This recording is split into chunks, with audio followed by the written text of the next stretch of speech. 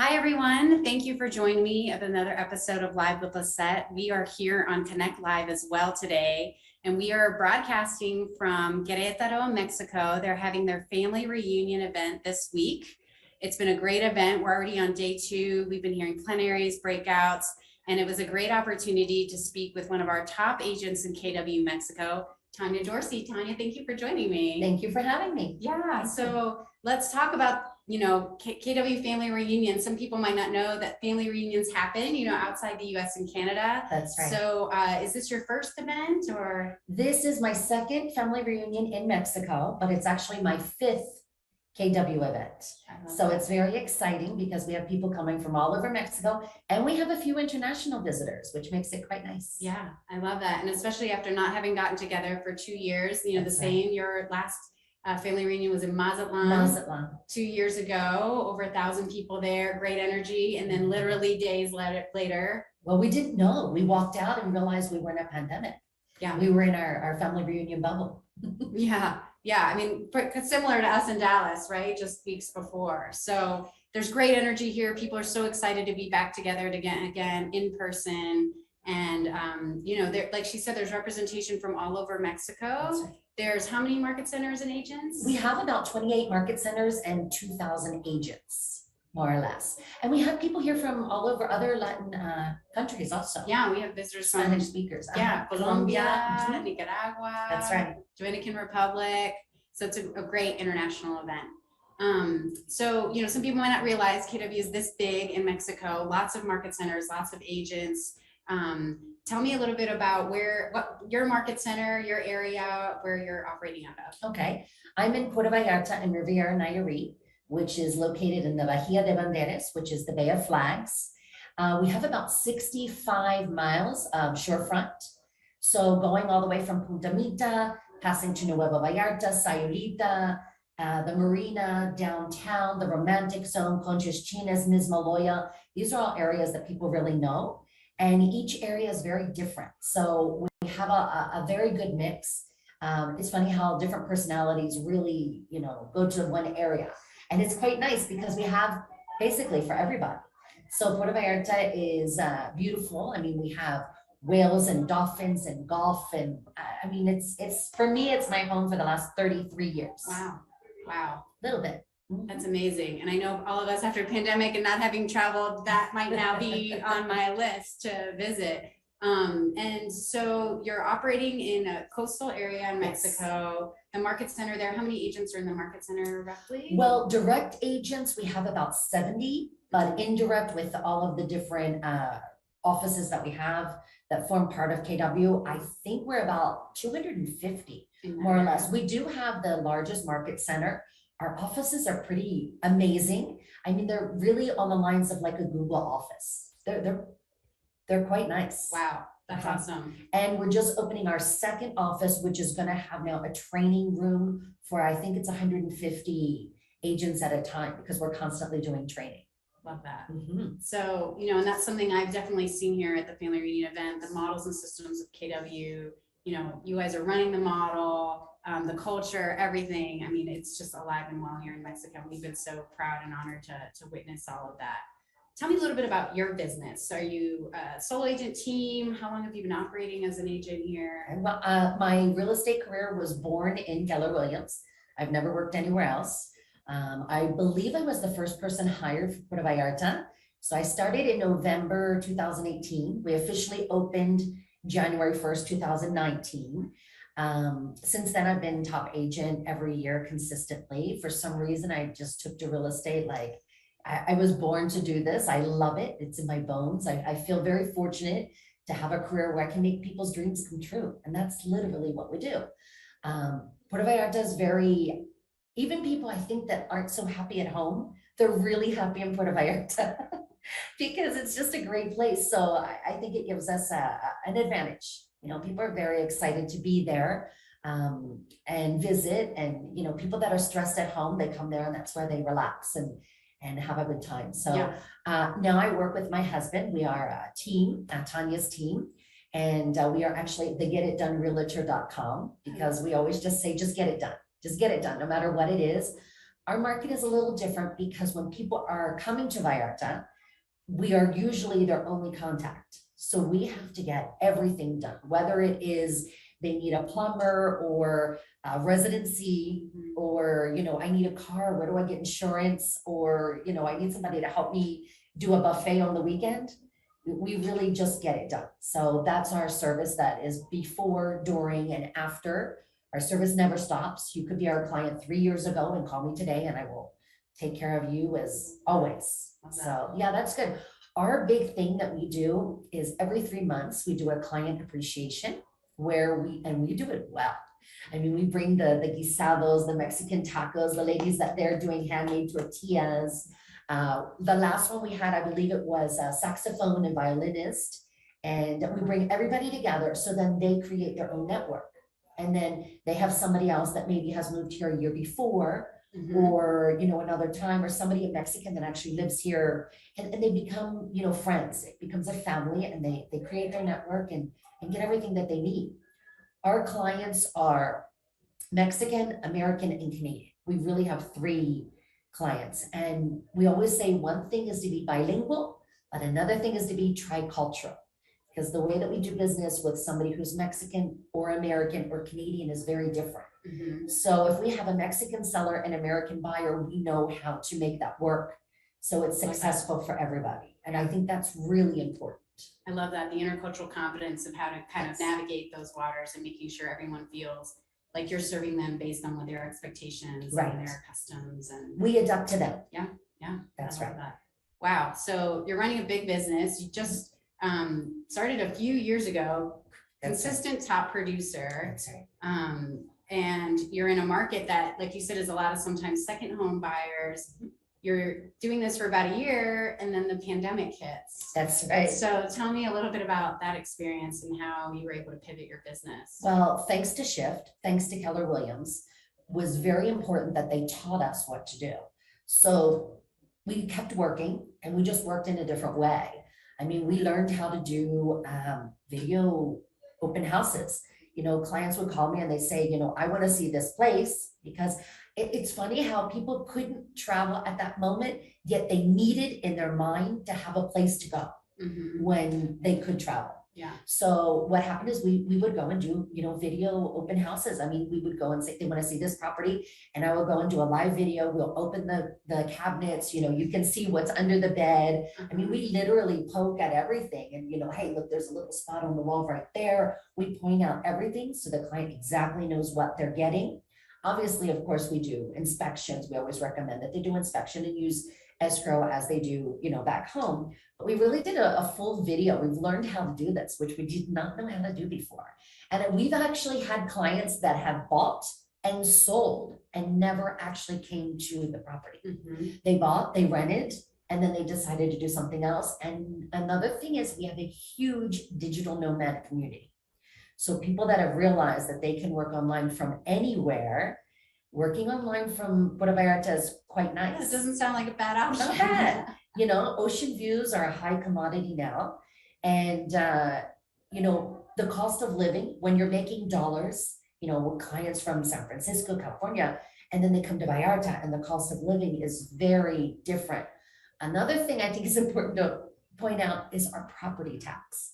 Just before we got here, we helped somebody pay their property tax. It was a condo of $750,000, and their property tax was about $300 American for the year. Wow. So yes, there are some perks of living in Mexico. That's huge. Yeah, I'm in That's Austin, huge. Texas, where I cannot say that that is the property tax I'm paying on my properties right now. Wow, amazing. So you shift into a digital environment. I'm sure now that's just going to be part of your business, It right? is Like now. that's not going away. That just accelerated something. The pandemic accelerated maybe something that's It's now. true. It's helped us a lot because people will want to pre-see properties, and we do that. And then when they come, they're basically looking at 1 or 2. Right. Because narrowed down. They've narrowed it down. That's right. So it makes their time here, if they're coming for a week, you know, it makes them have 1 day to make their choice, and then they have the other 6 days of vacation. Yeah. Which I've noticed people need now. You know, they really need that fresh air, sunshine, easygoing Mexico. Yeah, and you're customizing the experience more for them and helping them really get what they want. That's right. Ultimately what they want. I love that. what other shift tactics did you employ during this pivot that you feel like was really beneficial and you know, benefited from shift? Well, in the very beginning, we didn't know what was going to happen. So in the very, very beginning of the pandemic, nobody traveled, the first couple months. So I said, okay, what are we going to do to prepare? And I cannot sit still. It's just not my nature. So our goal was to have $10 million in inventory. And that's what we did. We just filled up an inventory and, went and talked to people and said, are you ready to sell? Is that something that what does that look like for you? Mm-hmm. And we filled up our inventory. So the moment that people started to travel, we were prepared. And it was quite fast. We thought it could be a year, but within a couple months, people that were in big cities in Mexico, Guadalajara, which is just 4 hours from us, Mm-hmm. which is the second largest city in Mexico. So they were traveling, well, the kids are out of school and we're working online, and why not go to the beach? People from Monterrey, people from Mexico City, then the Americans started to come, and then the Canadians. So, we really do have a full house. Right now, we are in need of rental properties. We personally do not handle rentals, but the person that I recommend when people ask me, they don't have rentals until 2023 now. Wow. So people that are investing to, use the property when they want, and then have that opportunity to Airbnb it, or even with friends and family back home. Mm-hmm. It really is a great opportunity now. Yeah. The low inventory we're seeing worldwide, right? We saw in the state of the company in Orlando, and then again here in Mexico, just that shortage of inventory is what's, increasing demand, what's pushing up prices. And, I think we're seeing similar markets in that way. That's right. And I loved what you shared about, no one was traveling. A lot of people were panicking. A lot of people closed their doors. You guys got to work. You filled up your inventory and got ready so that when things opened up, you were prepared. And, it shows in your business and your results. You continue to be a top producer. Pandemic did not slow you down. Absolutely not. Pandemic impulsed us. And we needed to be responsible with our clients. If our clients needed to sell, we needed to be there for them. And then the day that the clients needed to invest, and we needed to be there for them too. So our obligation doesn't stop in a pandemic or any other reason. We're there. Yeah, I love that. So if an agent's listening and they're wondering, if I want to refer, I actually do have a client who's now kind of thinking the world's opening up and they're ready, to second home, or the digital nomads who've realized, hey, wait a minute, that property tax sounds pretty good. How should they be preparing their clients if they want to refer them down for, the Mexican market in terms of mortgage or, visas, or like, how does that work? What should they be saying? Well, normally they refer them to me, and what we do is we do a 3-way call if the agent wants to be involved and learn and listen. And sometimes they want to be a little more involved, but it works a little different. I always say, in the US or Canada, we go from A to B, and in Mexico, we kind of go like this, and we get there. It's just another way of getting there, So all that is behind the scenes, that's what we take care of for the client. They don't need to be involved in that. We take care of all of that. But where I am particularly, it's called the restricted zone. And people have an idea that they can't actually own, and that's not true. They do own the property, and they just do so through a bank trust. It's kind of like a living trust in the United States, that's what you would compare it to. And that is 50 kilometers from the ocean or 100 kilometers from the border. And basically the reason for that is California and Texas or Mexico. So it's right along the edges, so you can't cede the property to another country. But do you own it? Yes. Can you get a mortgage on it? Can you will it? Actually, in the trust, you put who you're willing the property to, and it's actually seamless, and there's no inheritance tax. So it really makes it very easy for somebody to inherit property in another country. It's basically like, here you go, it's yours. It's that simple. What it does, the bad part, the good part is our property tax. And when I say bad part, it's really not that bad, is it's $550 a year to have that trust held by the bank.